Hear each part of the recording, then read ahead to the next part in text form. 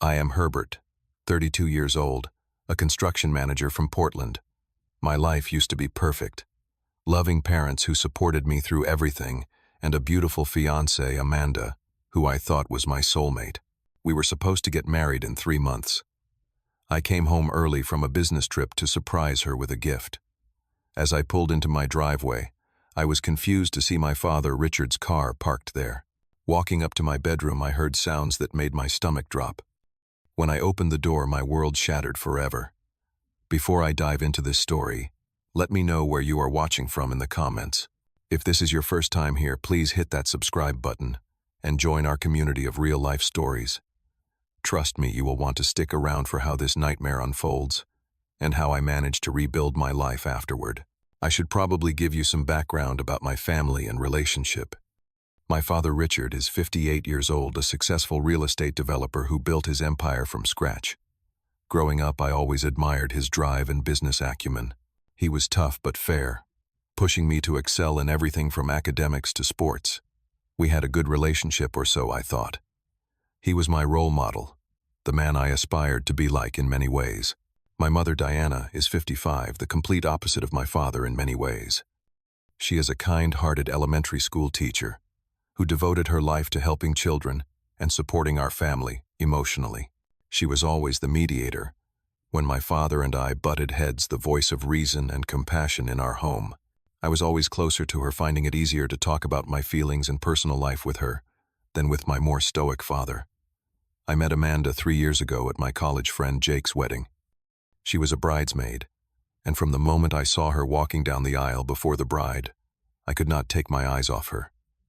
She had this infectious laugh and intelligence that drew people to her naturally. After the reception, we talked until the venue staff started cleaning up around us. By the end of that night, I knew she was special. Our relationship progressed quickly after that. Within 6 months, she had moved into my house, and everything just clicked. We complemented each other perfectly. I was more structured and practical, while she brought spontaneity and creativity into my life. 6 months ago, I proposed during a hiking trip to Multnomah Falls. I had carried the ring in my pocket, terrified of losing it for the entire 4-mile hike. When she said yes, surrounded by the mist of the waterfall, it was the happiest moment of my life. We had set the date for a fall wedding just 3 months from now. Everything was in place. Deposits paid, invitations sent. My business trip to Seattle was supposed to last the entire week. I am a construction manager for a large development company, overseeing multiple projects across the Northwest. This particular project had hit several snags, which is why I had to go personally to sort things out. Surprisingly, we resolved the issues faster than expected, allowing me to come home 2 days early. On the drive home, I was excited to surprise Amanda. I had even stopped at a small art gallery in Seattle to buy her a painting by an artist she admired. It was wrapped carefully in the trunk of my car, along with some chocolates from her favorite confectionery. I called neither her nor my parents to tell them I was coming home early. I wanted to see the look of surprise on her face. When I turned onto our street and saw my father's black Mercedes in our driveway, I was momentarily confused but not alarmed. My initial thought was that perhaps he was helping Amanda with some wedding preparations, or maybe dropping off something from my mother. My father and Amanda had always gotten along well, both sharing an interest in architecture and design that I did not possess to the same degree. I parked behind his car and grabbed my overnight bag, leaving the gifts for Amanda in the trunk to bring in later. As I walked through the front door, I called out, but no one answered. The house seemed unusually quiet, except for some muffled sounds coming from upstairs. My first thought was that maybe Amanda was showing my father some renovation ideas for the master bedroom, which we had been discussing recently. As I climbed the stairs, the sounds became clearer, and a sick feeling started forming in the pit of my stomach. I recognized those sounds. They were unmistakably intimate. Still, my brain refused to make the obvious connection. Maybe Amanda was watching something on her laptop, and my father was in another room. Maybe I was hearing things after the long drive. When I reached our bedroom door, which was slightly ajar, all those desperate rationalizations collapsed. Through the gap, I could see them clearly. My father and my fiancée in our bed, the bed I had shared with Amanda for nearly 3 years. They were so engrossed in each other that they did not even notice me standing there, frozen in shock. For what felt like an eternity, I could not move or speak. It was as if time had stopped, and I was trapped in this nightmare, forced to witness the two people I trusted most betraying me, in the most intimate way possible. Then something inside me snapped. A rage I had never experienced before took over my body completely. I slammed the door open so hard that it bounced against the wall, leaving a dent in the plaster. They both jerked their heads toward me, their faces transforming from pleasure to horror in an instant. Amanda screamed, scrambling to cover herself with the sheets, our sheets. My father jumped up naked and pathetic, his mouth opening and closing like a fish out of water, no words coming out. I do not remember consciously deciding to attack him. One moment I was standing in the doorway, and the next I was on him, dragging him off the bed by his throat. My fist connected with his face repeatedly. All I could see was red. All I could feel was betrayal and rage. This man who had raised me, taught me about honor and respect, was sleeping with the woman I loved in my own bed. Amanda was screaming, begging me to stop. She kept saying it was not what it looked like, which only fueled my anger. How stupid did they think I was? My father was barely defending himself, just trying to shield his face from my blows. Blood was streaming from his nose and a cut above his eye. Some small part of my brain registered that I might seriously hurt him if I did not stop, but I could not bring myself to care in that moment. Finally, I pulled back, my knuckles throbbing and bloody. My father cowered against the wall, his face a mess. Amanda was sobbing hysterically, still wrapped in the sheet, attempting to approach me. I pointed to the door and spoke through clenched teeth, telling them both to get out of my house immediately. My father started stammering excuses, claiming it was a one-time mistake, a moment of weakness. Amanda tried to touch me, saying we needed to talk about this, that she loved me. Their words felt like poison in my ears. I started throwing their clothes at them, then grabbed a crystal vase, a wedding present from my aunt, and hurled it against the wall. The sound of it shattering seemed to shock them into action. They dressed hastily, my father wincing in pain as he pulled on his clothes. I followed them downstairs, continuing to throw things, breaking a lamp and several picture frames. I wanted to destroy everything to make the outside of my home match how I felt inside, completely shattered. As they hurried out the door, my father tried one last time to speak to me, to explain.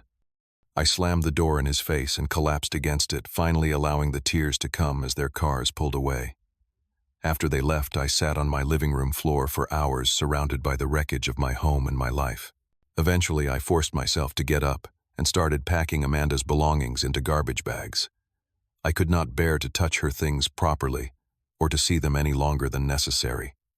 As I was clearing out her nightstand drawer, I found a hotel receipt from 3 months ago for a room in a downtown Portland hotel, charged to my father's credit card. Further searching revealed more receipts tucked away in a small box beneath her jewelry. There were also text messages on her tablet which she had forgotten in her hasty departure. The messages made it clear that their affair had been going on for at least 6 months, possibly longer. The discovery that this was not a one-time mistake but a calculated ongoing betrayal broke something else inside me. I finished packing her things in a daze, then drove them to my parents' house, leaving the bags on the porch without ringing the bell. I could not face either of them yet. I returned home and started drinking straight whiskey from a bottle I had been saving for a special occasion. By morning I was hungover and even more furious. I knew I needed to talk to someone who would understand, someone who had also been betrayed. My mother. I was certain she would be devastated by my father's actions, just as I was. I needed her comfort and guidance. I needed the one parent I could still trust. I showered, trying to wash away the previous day, and drove to my childhood home. During the 20-minute drive, I rehearsed in my mind how to break the news gently to her. I worried about how she would take it, whether she might blame herself in some way, as victims often do. I was prepared to support her through the shock and grief, even as I was barely holding myself together. When I arrived, she greeted me with her usual warm smile and a hug. She commented that I looked terrible and immediately went into nurturing mode, leading me to the kitchen where she started making my favorite comfort food, grilled cheese with tomato soup, just like when I was a kid coming home after a bad day at school. She asked about my trip, chatting normally, unaware that her world was about to change forever. I sat at the kitchen counter watching her move around the kitchen, and felt my throat tighten. How could I tell this woman that her husband of 30 years had betrayed her with my fiancé? But she needed to know. She deserved the truth. When she placed the food in front of me, I could not bring myself to eat. She sat beside me, her face growing concerned as she noticed the bruises on my knuckles. I took a deep breath and told her everything, starting with coming home early and ending with finding the evidence of their ongoing affair. Throughout my story, her expression changed from shock to disbelief to pain. When I finished speaking, she was silent for a long moment. Then she said something that knocked the wind out of me. She asked if I was sure I had not misunderstood the situation. I showed her the photos I had taken of the receipts and the screenshots of messages from Amanda's tablet. Still, she seemed reluctant to accept the truth. She said my father would never do something like that there must be an explanation. I could not believe what I was hearing. Before I could respond, we heard a car pulling into the driveway. My father had returned home. He walked in, his face bruised and swollen from my attack. When he saw me sitting with my mother, he froze momentarily, then quickly composed himself. What happened next still feels like a bad dream. My father spun a completely different version of events. He claimed that he had gone to my house to discuss a surprise wedding gift, and Amanda had confided in him that she was unhappy.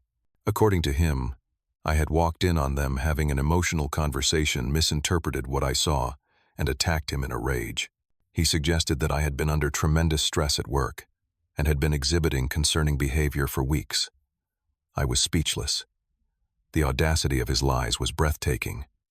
I turned to my mother, certain that she would see through this obvious deception. To my horror, she was looking at me with uncertainty in her eyes. When I showed her the evidence again, my father smoothly suggested that Amanda must have been unstable, perhaps even stalking him, or fabricating evidence because he had rejected her advances. As his narrative unfolded, I watched my mother's expression change from doubt to something worse, acceptance of his lies. She began nodding along with his story. When I protested, growing increasingly agitated, she put her hand on my arm and said something that cut deeper than anything else. She said I had always had my grandfather's temper, her father, a man known for his abusive behavior and violent outbursts. She had never compared me to him before, not once in my entire life. My father continued his manipulation, putting his arm around my mother, playing the role of the concerned parent. He suggested I needed help, therapy, maybe medication. With each word, I could see him reestablishing his control over her, a dynamic I had never fully noticed before. He was so practiced, so convincing. Had he been doing this throughout their marriage? Had my mother always been under his spell this way? The argument escalated. I called him a liar, a cheater, a pathetic excuse for a father. My mother defended him, accusing me of making wild accusations because I was afraid Amanda was going to leave me. She suggested that perhaps I had driven Amanda into my father's arms with controlling behavior. Each word from her mouth felt like a betrayal, equal to or worse than what Amanda and my father had done. When I realized that my mother had chosen to believe his lies over the truth from her own son despite the evidence, something broke inside me. I stood up, knocking over the chair. I told them both that they were dead to me, that I never wanted to see or speak to either of them again. My mother began crying, begging me to calm down and listen. My father maintained his concerned facade, telling her to let me go, that I needed time to come to my senses. At the door, I turned back for one final look at the woman who had raised me, who had always been my safe harbor. Through tears, I told her that someday she would learn the truth, and when she did, it would be too late for us. I left, ignoring her calls for me to come back, and drove away from my childhood home for what I believed would be the last time. I returned to my empty house, which no longer felt like home. Every room, every piece of furniture reminded me of Amanda and the life we had planned together. The bed where I had found them was still unmade. I stripped it bare and dragged the mattress to the backyard, where I doused it with lighter fluid and set it on fire, watching as the flames consumed the physical reminder of their betrayal. The next day, I called my boss and requested 2 weeks of personal leave, citing a family emergency. He was understanding, having met Amanda and my parents at company functions. Little did he know that the family he had met was now shattered beyond repair. I spent those 2 weeks in a fog of grief and rage, barely eating or sleeping, ignoring calls and messages from friends, wondering about my sudden disappearance. Amanda called and texted constantly for the first few days. Her messages ranged from tearful apologies to defensive justifications, to accusations that I had neglected her emotionally, driving her to seek comfort elsewhere. I blocked her number without responding to any of them. My father called once, his message cold and formal, suggesting we meet with a family therapist to work through what he called my inappropriate behavior and delusional accusations. I deleted the message and blocked him too. Several mutual friends tried to reach out, having heard conflicting stories about what had happened. Some had heard from Amanda that I had become abusive and controlling. Others had heard rumors about the affair but wanted confirmation from me. I shut them all out, unable to relive the humiliation, by explaining. The few who persisted, who came to my door out of genuine concern, I turned away. I could not trust anyone anymore. About 2 weeks after everything fell apart, my friend Marcus, the only person I still responded to occasionally, texted to tell me that Amanda had apparently moved in with my father. My mother had kicked him out of the house after finding her own evidence of the affair, something Marcus had heard through his wife who worked with my mother's friend. The news should have vindicated me, knowing my mother had finally learned the truth, but it brought no satisfaction, only a hollow ache. I could not bear to stay in the house any longer. Every corner held a memory that now felt poisoned. I contacted a real estate agent and put it on the market, not even caring about getting a fair price. I just wanted out.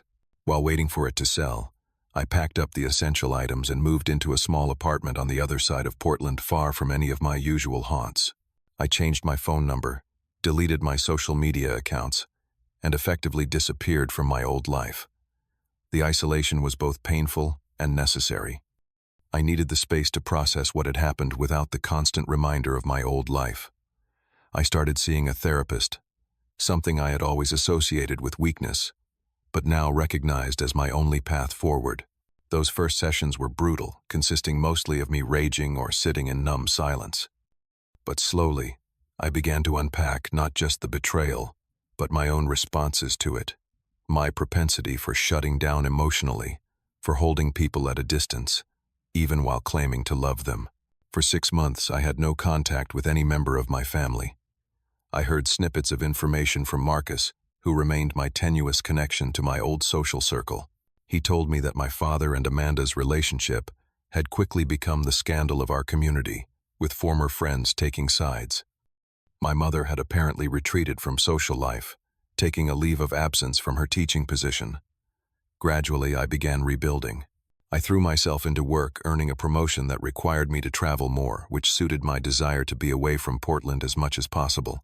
I reconnected with a few old friends from college, who knew nothing of the drama people with whom I could just be myself, without the shadow of pity or curiosity hanging over every interaction. Then came the day that changed everything again. I was at a coffee shop in a neighborhood I rarely visited, when I noticed Susan, my mother's closest friend, sitting alone at a corner table. I almost left immediately, but something made me hesitate. She saw me before I could decide, her eyes widening in recognition. To my surprise, she did not approach with pity or judgment, but simply nodded in acknowledgement of our shared awareness. After a moment's hesitation, I walked to her table and sat down. Susan did not waste time with small talk. She told me she thought I should know that Amanda was pregnant about 5 months along, and was claiming the baby was my father's. My father predictably was denying paternity, suggesting that Amanda had been promiscuous and the child could be anyone's. Their relationship had devolved into ugly public arguments and threatened lawsuits. The scandal had expanded to include not just our immediate circle but the broader community. As my father's business partners distanced themselves, and Amanda's family became involved. Most significantly, Susan told me that my mother had finally seen my father for what he was. The combination of irrefutable evidence, his callous behavior once exposed, and the public humiliation had broken through decades of manipulation. She had filed for divorce and was struggling significantly with depression and anxiety, barely functioning day to day. Susan was worried about her, saying that Diana kept talking about wanting to speak to me but was convinced I would never forgive her for not believing me. I left that coffee shop with my head spinning, overwhelmed by conflicting emotions. Part of me felt vindicated that the truth had finally come to light so completely. Another part felt renewed anger at my father and Amanda for continuing to create chaos. But mostly I felt an unexpected surge of concern for my mother. Despite her betrayal of my trust, she was also a victim of my father's manipulation, perhaps had been for longer than I had been alive.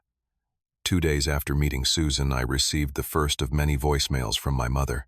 Her voice sounded small and broken, as she begged for a chance to apologize in person. She did not make excuses or ask for forgiveness, just an opportunity to speak with me one more time. I ignored the first several calls, still too raw to consider reopening that wound. I discussed the situation with my therapist, who neither encouraged nor discouraged me from making contact. Instead, she asked what I hoped to gain from such a meeting and what I feared might happen. After several sessions working through these questions, I decided that while I was not ready to forgive, I needed closure for my own healing, if nothing else. I texted my mother, suggesting we meet at a neutral location, a park bench near the elementary school, where she taught a place with childhood memories, but not the intense emotional weight of either of our homes. She responded immediately, agreeing to any terms I set. When I saw her approach across the park, I almost did not recognize her. In just 6 months, she had aged years. Her hair, previously dyed, a youthful brown, was now gray and pulled back severely from her face.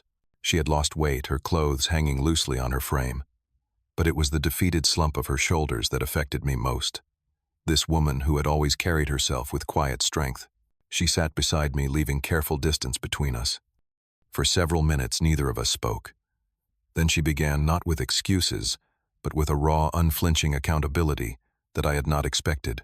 She admitted that she had chosen to believe my father out of fear, out of 30 years of conditioning, to trust his version of events over her own perceptions.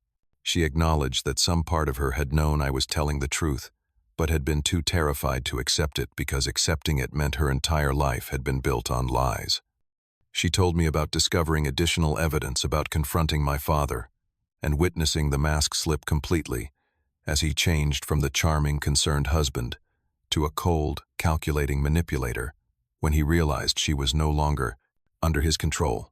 She described the painful process of recognizing patterns of gaslighting and emotional abuse that had been present throughout their marriage incidents I had witnessed as a child without understanding their significance. As she spoke, I felt my anger toward her soften, slightly replaced by a complicated mixture of pity and respect for the difficult journey she was now undertaking. When she finally ran out of words and looked at me with tear-filled eyes, I did not offer easy forgiveness. Instead, I told her that I understood her choices better now, but that trust, once broken, could not be instantly repaired. We agreed to move forward slowly. I would not cut her out of my life entirely, but neither would I immediately resume the close relationship we once had. We would meet occasionally in public places and gradually determine what our new relationship might look like. She accepted these terms with gratitude, saying she had expected nothing from me after her failure as a mother. Over the next few months, I learned more about the fallout of my father and Amanda's relationship. Their affair had imploded spectacularly once the pregnancy became public knowledge. Amanda had moved back to her parents' home in Seattle, while my father was facing both the expensive divorce and a business reputation in tatters. Former friends and business associates had distanced themselves, not out of moral outrage, but because no one wanted to be associated with such a messy public scandal. I helped my mother financially as she navigated the divorce, ensuring she had a good lawyer to counter my father's attempts to leave her with nothing after 30 years of marriage. It was the practical support of a son to his mother, not the emotional intimacy we once shared, but it was something, a beginning. During this period, I also found myself healing in unexpected ways. At a community volunteer event that Marcus had dragged me to, I met Jessica, a pediatric nurse with a dry sense of humor and a refreshing directness. Our connection developed slowly as I was understandably hesitant to trust again. She was patient with my caution, never pushing for more than I was ready to give. For the first time in my life, I was completely honest with someone from the beginning about my flaws and fears, creating a foundation of transparency that my relationship with Amanda had lacked. The most profound lesson from this entire ordeal was not about the betrayal itself, but about my response to it. I learned that forgiveness is not about excusing the inexcusable or pretending the hurt never happened. It is about freeing yourself from the prison of bitterness and resentment. I did not forgive my father or Amanda, having received no genuine remorse from either of them. But I did forgive myself for not seeing the warning signs for the violence of my initial reaction, for the months of self-isolation that had only deepened my pain. I also came to understand that while I could not control others' actions, I could control my response.